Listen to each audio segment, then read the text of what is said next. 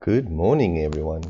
Let's look at your markets for today. We're going to have a special day today because the uh, Reserve Bank of Australia released their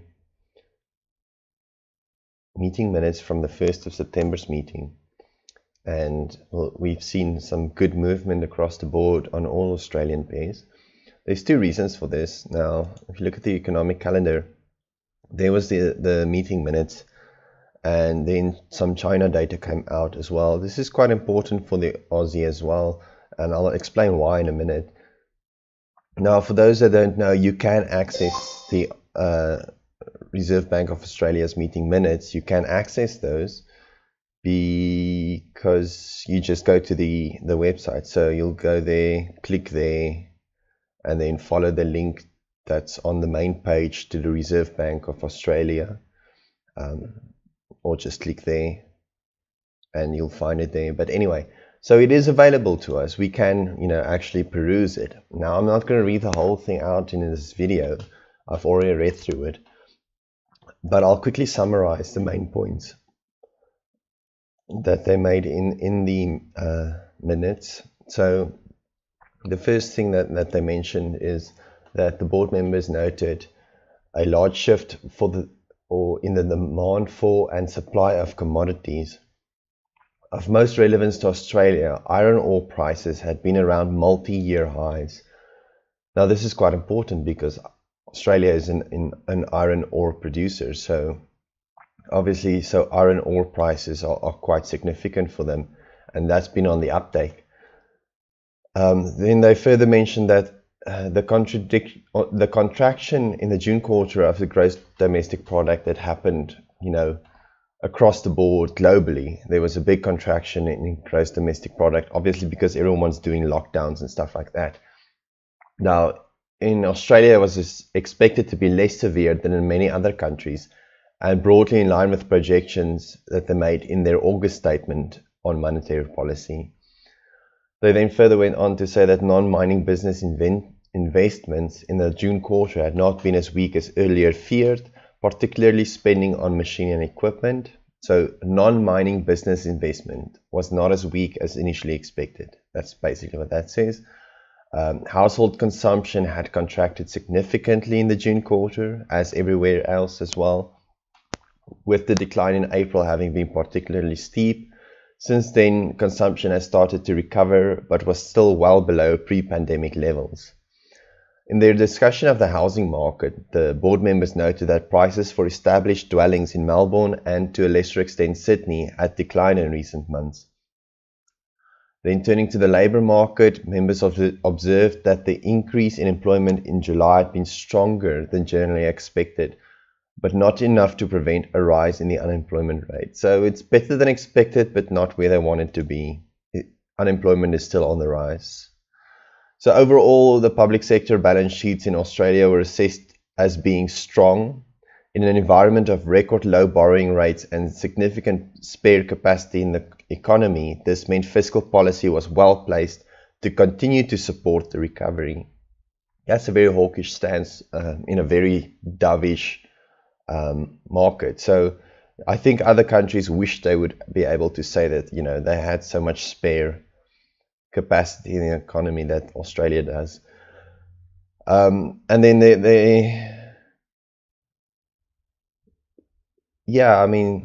then just as a summary of the actual decision, they mentioned some other things, like increasing the term funding facility to support credit to businesses, particularly small and medium-sized businesses. And the board affirmed its commitment to supporting jobs, incomes, and businesses in Australia. It agreed to maintain highly accommodative settings as long as required and to continue to consider how further monetary measures could support the recovery. Now, as a quick summary of the decision they made, there you can have a look at that quickly. Target of the cash rate 0.25%. Target of 0.25 on the yield as well. The term funding facility to support credit to businesses, especially small and medium-sized businesses. Interest rate of 10 basis points on exchange settlement balances. They agreed to increase the size of the term funding facility. This is important. This is going to help their businesses grow and make the facility available for longer. And then the board reaffirmed that the yield target for 3-year bonds would be maintained, unless some other things happen. But yeah, that's basically a summary of the decision they made and the meeting minutes. So that being said, we can now turn to the economic data. And remember, one of the things that we just mentioned from that meeting minutes was that the iron ore production has gone up. Now, they specifically noted that it went up in China. In China's industrial demand or industrial production has gone up, and as a result, commodities or demand for commodities has increased as well. Now, turning back to the economic calendar that we looked at before, we saw the industrial production was even better than forecast again. Now, this meeting minutes is from a meeting that was held on the 1st of September.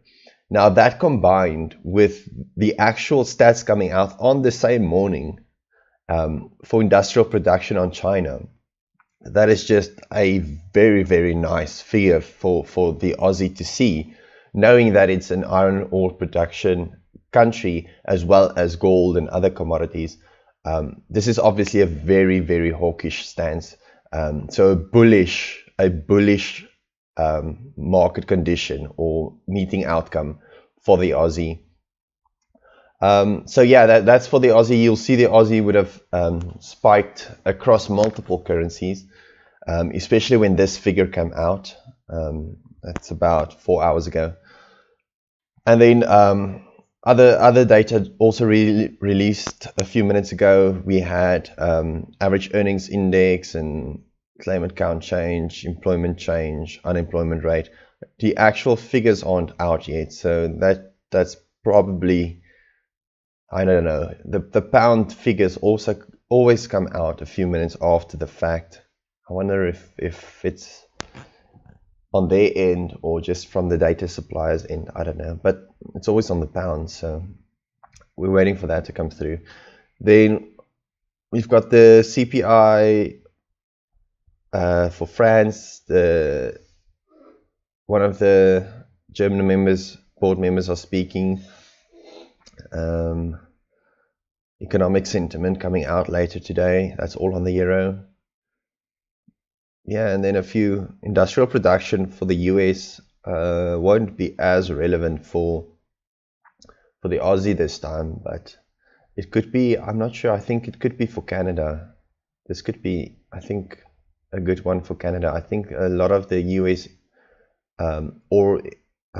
commodity imports come from Canada as well, specifically iron. I think I'll have to double check that, but I do think they get their iron ore from Canada. So if industrial production is up, that should be good for the Canadian dollar again. Potentially. I know Canada is mostly known for oil, but they trade other things with the US as well, so we need to keep an eye on that. So if we do see the Canadian dollar increase at this time, we know that it's true. Okay, so that is basically the outlook for today from a fundamental events perspective. Let's have a quick look at your technical summaries. S&P is up again, 1.27%. DAX neutral, FTSE neutral, Euro stocks neutral. So I mean, only the S&P is up slightly. Commodities, gold's been up very well in the Asian session. 0.5. It's actually more neutral, isn't it? Silver up 1.22%. Don't be bothered by these signals. They don't really mean anything. I mean, if you go to a different time frame, that will change. You see now it's a strong buy on gold if you go to the hourly. So don't worry about these. Look at these figures. That's what's important. That's what you want to see. Forex, individual pairs. We'll have a quick look. Euro Dollar is up 0.2%, mostly neutral then. Yeah, I mean, this one's up significantly. We know that move started early. It's up even more against other currencies. Dollar CAD slightly down.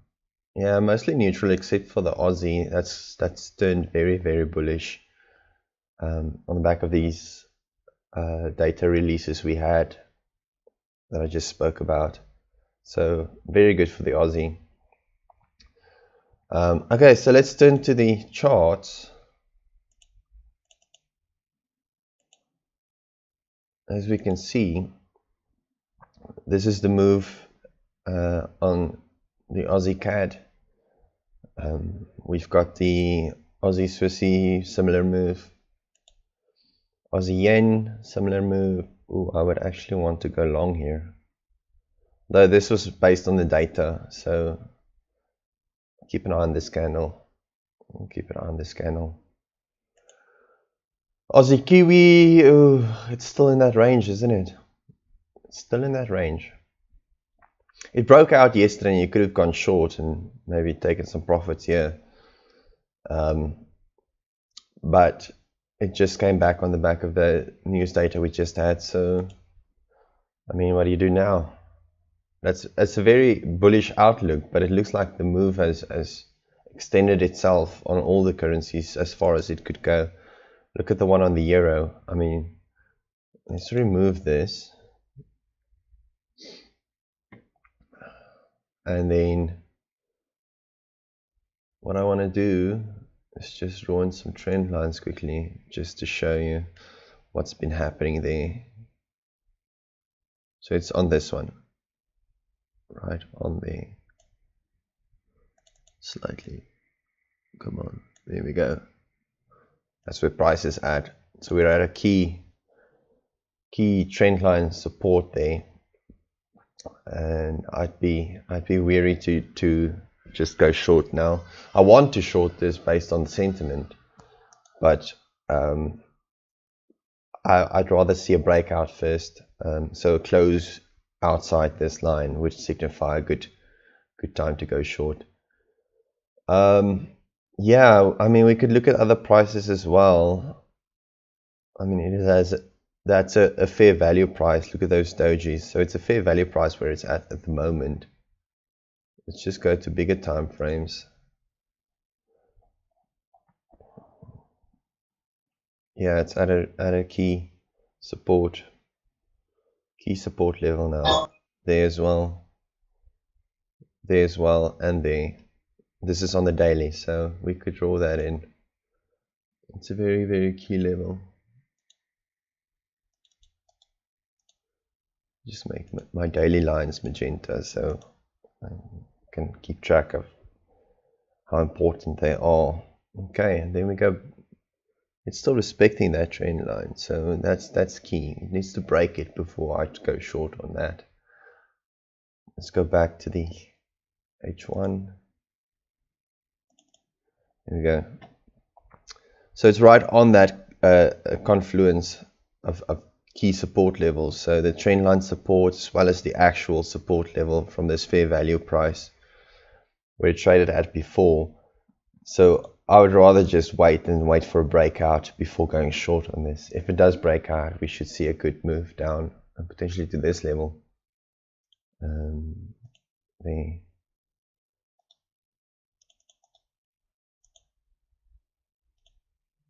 Let's make this white. That's going to be our target if it breaks. It wants to. It's trying to. But we'll have to keep an eye on that. The close outside this trend line will be a good indicator to continue the move to the downside. Euro Swissy, that's ranging. I mean, I don't even have to draw this in because price is right there and it's just respecting it, so that's ranging.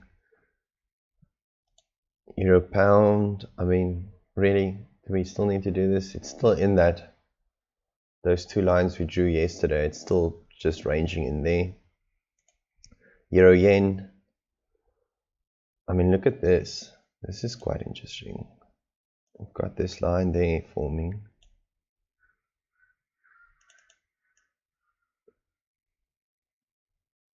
So means from that point it touches 4 times, so that's a false breakout. And then recovers, now it's respecting it. That should continue to the downside. Then I could easily short this now, honestly, easily short this. Yeah, let's do it, why not? And I'll put a tight stop loss right there, somewhere there. I want to get it above, I want to get above that fair value price there. So spread with 21, we'll go fair value there, so 820 plus spread, make it 8, somewhere there. Then I'll take profit way down there. That's better than 2 to 1, I think. Oops, 110 versus 21. Yeah, that's more than 4 to 1, almost 5 to 1 ratio. That's pretty decent. So yeah, that's what I'm looking at on Euro Yen. It's basically just respecting that downtrend now. When that happens, because these, it's a channel. I don't know if you can see that, but we can do it this way as well. And you can see, draw that same line, those 4 points, then shift this down to there. You can see the clear channel forming, you know, from this move. So I mean, if you've got this, you know, it's basic Elliott wave theory. 1, 2, 3, 4, 5. So there's your target somewhere there. So what you would do is take this,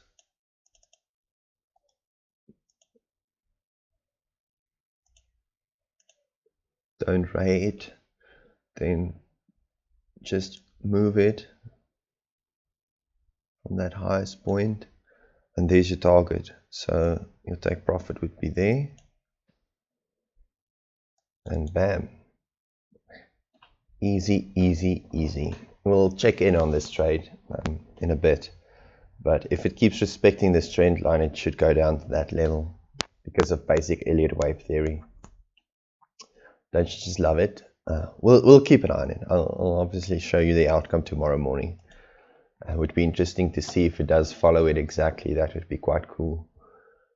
So I'll leave that line in so you can see. So you can see it. I'll even do this for you guys. No. Let's just cancel it. No, what are you doing?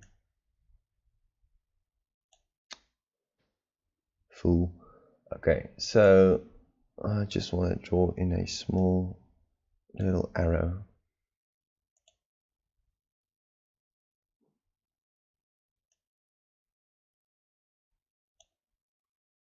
There we go.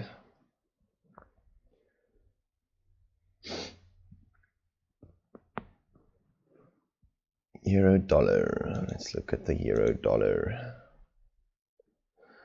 I mean, it's obviously going up.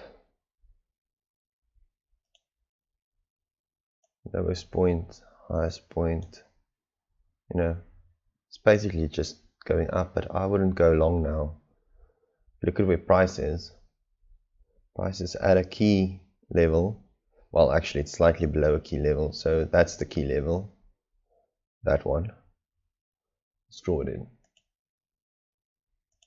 It's also on today's R1 level on the daily. So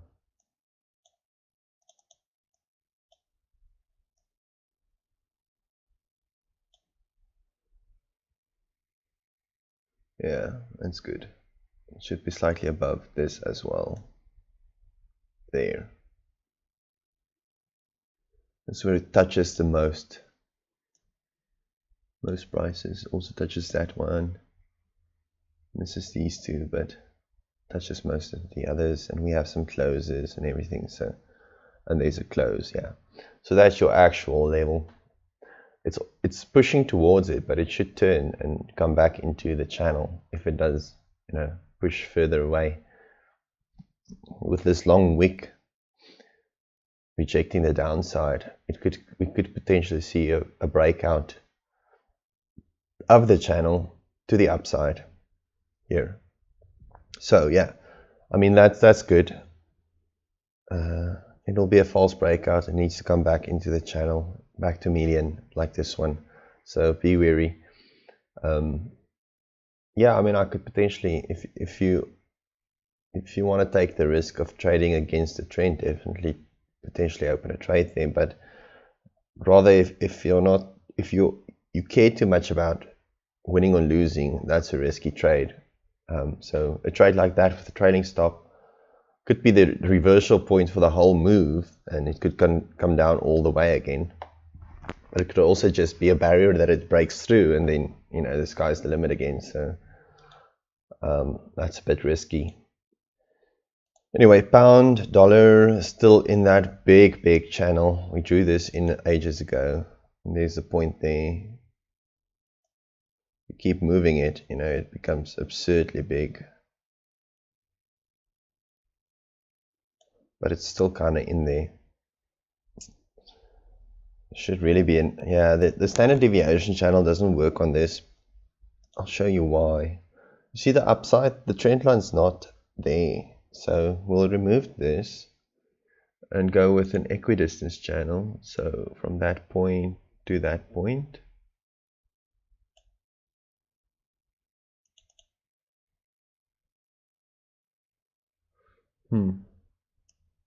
Should really be like that actually. And then at doji's bottom. There we go. If you had you could also do this with an Andrews pitchfork setup. I don't draw them in often because I'm more of a channels guy, but you could definitely do this like that. Oh no, that's wrong.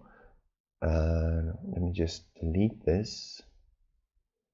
The Andrews pitchfork starts with the middle point. So something like this.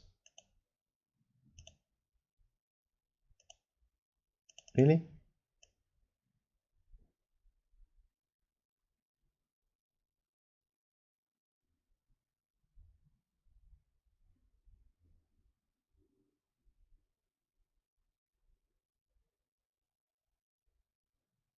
It's really struggling.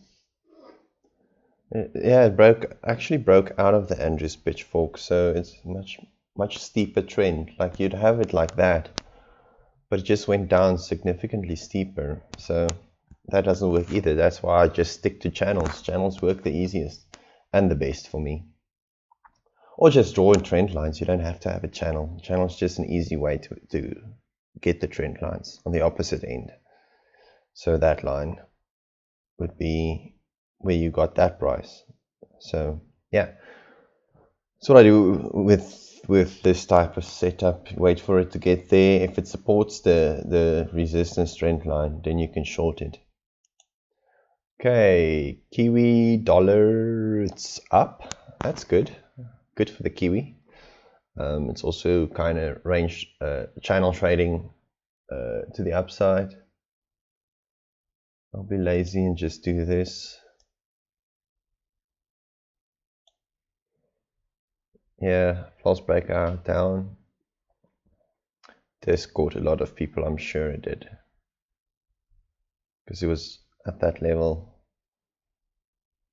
Well, at this point it was still ranging, so maybe it didn't catch you, but I hope it didn't. But now it's trending. Dollar CAD.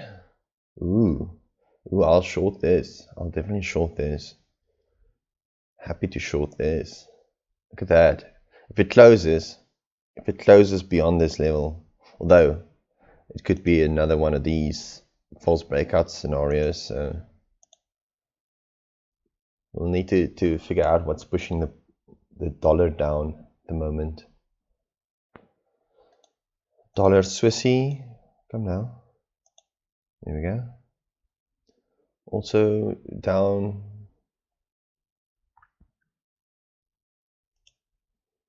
move started somewhere here and went all the way there. So nice false breakout, recovered back to median where it's supposed to be. Now it's respecting the channel. Huge move this though. I mean, this was the initial breakout and that's why we had this big move. Trend was respected and then the breakout and it came down because this was another confluence area. We had the support trend line as well as a resistance turn support trend line. I'm sure if you add some moving averages, one of them will also confluence there. I'm not going to do that. It's in the past. We're in the present now. So it's right at a price where it should respect it for a bit. So you see there, fair value. So we should see it respect this level for a bit. Potentially move up a little and then down again. But yeah, this is an overall downtrend. So honestly, this needs to be more like that.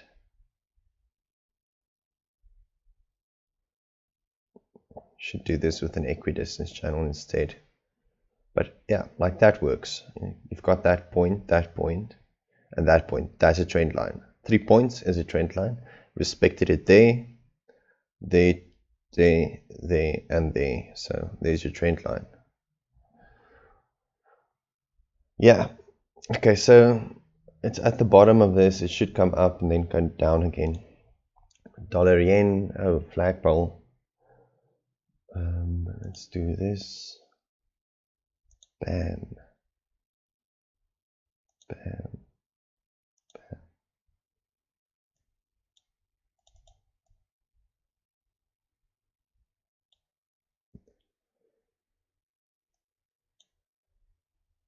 Yeah, it's a flag. So you see, it's an upside down flag, but it's still a flag. And usually a flag is a continuation pattern, but wait for the breakout. Always wait for the breakout. Okay.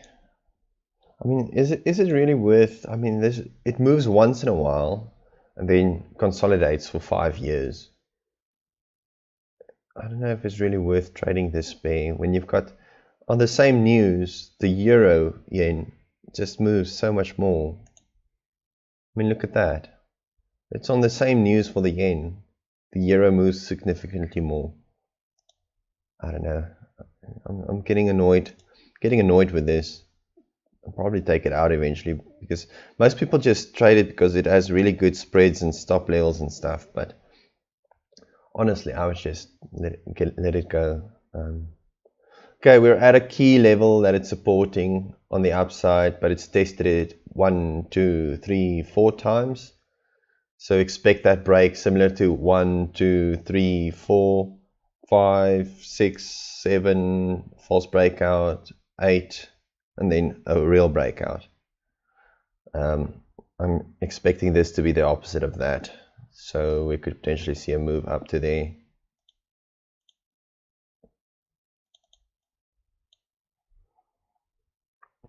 When that happens, if it does break to the upside. Not sure what's driving it on the Kiwi. I saw the Kiwi stronger against other pairs as well, so I'll have to double check that. And then gold's up, as we can see, significantly. Let's just do a new gold chart and silver chart as well. Add a naked template. This is on silver, I think. Yes, and then add one to gold template. There we go. We'll move to the end. Zoom out. Go to the daily. Ooh, what do we see? If this breaks, oh my word, if this breaks. See that doji there? Beautiful trend line there. If it breaks, oh my word, then the sky's the limit.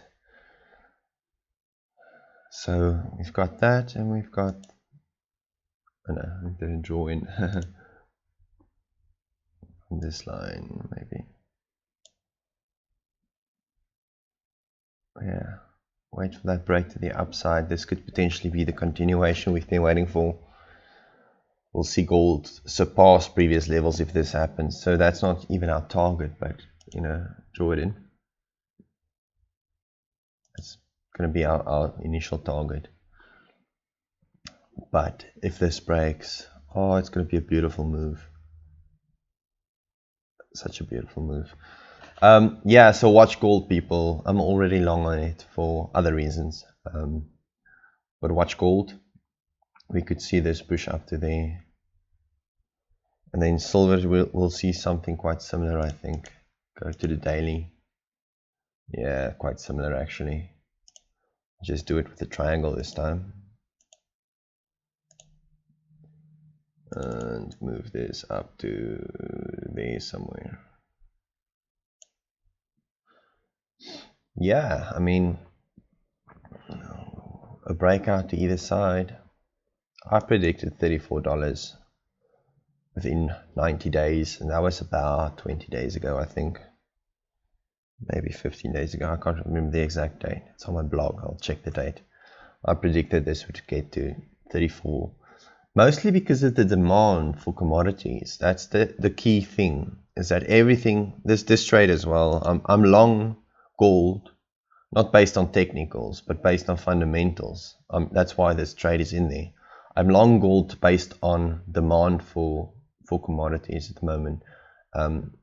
Gold is used in a lot of PC parts and other, industrial applications. Similarly, silver as well. Iron, if you could trade iron with your broker, copper, those commodities that are used in industrial production. Those are the ones you want to look at. So that's why I'm long on gold at the moment. You might want to get in at a better price than right on the verge there. But yeah, I expect this to actually reach at least this level, the close of the first green candle. So we'll make that our bare minimum level of it reaching, and then hopefully it'll reach there.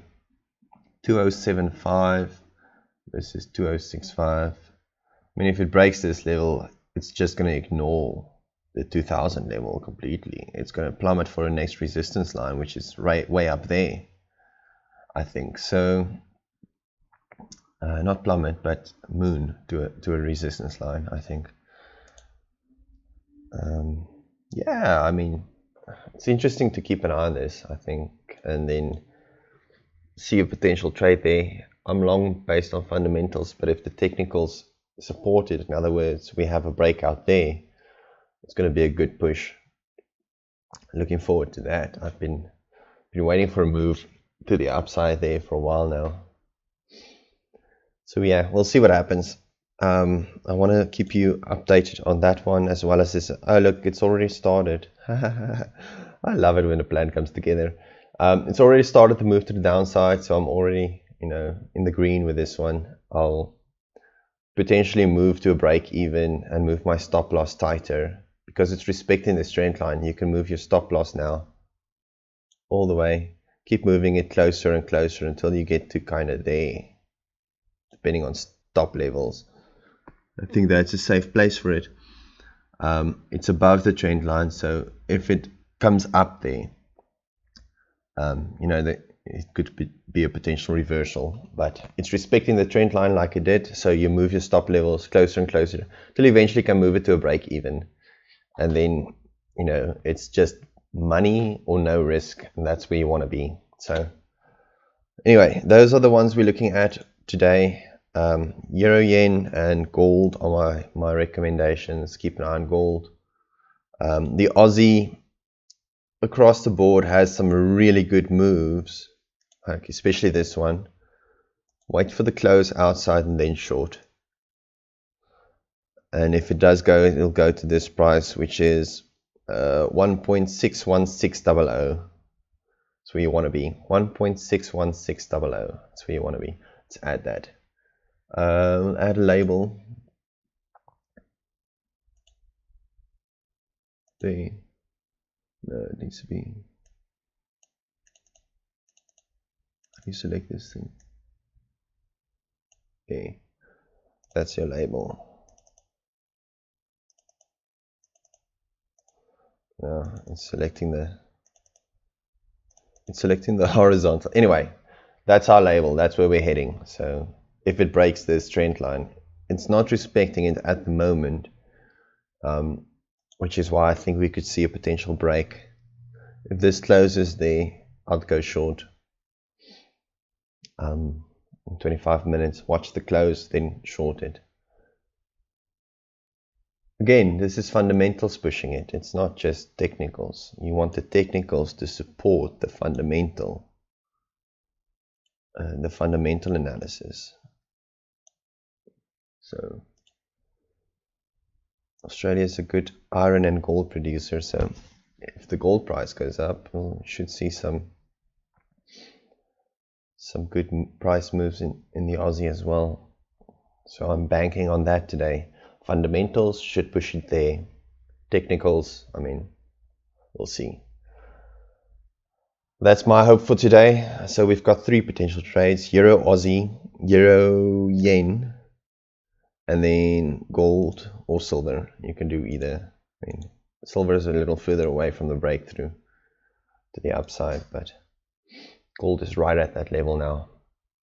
So you can keep an eye on it, wait for the break, and then go long. Anyway, that's my video for today. It's a bit longer, but we did some fundamentals, key fundamentals on the Aussie as well. So hope it helped. Good luck and enjoy.